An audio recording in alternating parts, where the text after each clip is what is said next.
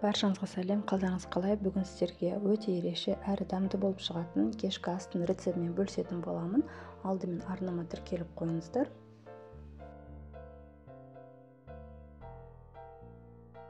Ол үшін қызып тұрған майға ұсақтап туралған етімізді жақсылап қуырып аламыз.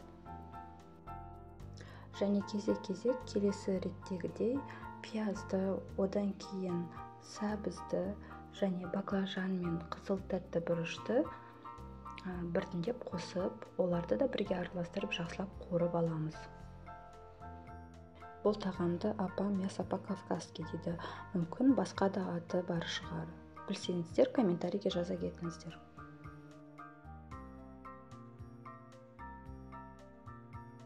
Жабық күйінде бұлар жақсылап қуырылып, буланып, кішкене сәл пісіңкіреді. Енді біз бұған ыстық су құямыз.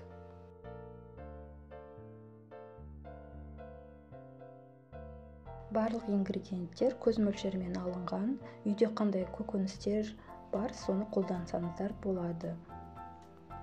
Енді өздеріңіз ұнататын дәмдеуіштерді қоссаңыздар болады. Мен енем дайындап берген қолдың дәмдеуіштерін қосып отырмын.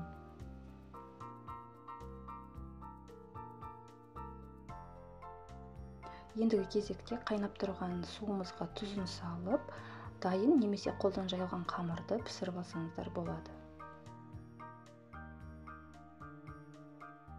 Шамалы уақытта біздің қамырымыз дайын болды. Ет асқандай майлы, пиязды, тұзды қоспаймыз. Тұздығымыз майонезден жасалған.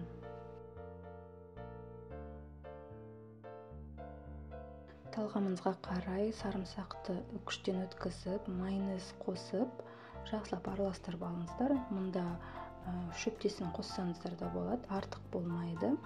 Жақсылап араластырып аламыз де, біздің тұздығымыз дайын болды.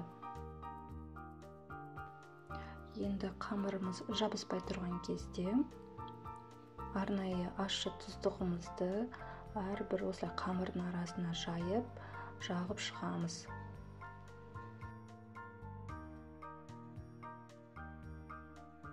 Міндетті түрде жасап көріңіздер, өте дәмді әрі ерекше болып шығады. Осы тұздықтың үстіне біздің көкөністі тұздығымызды құямыз.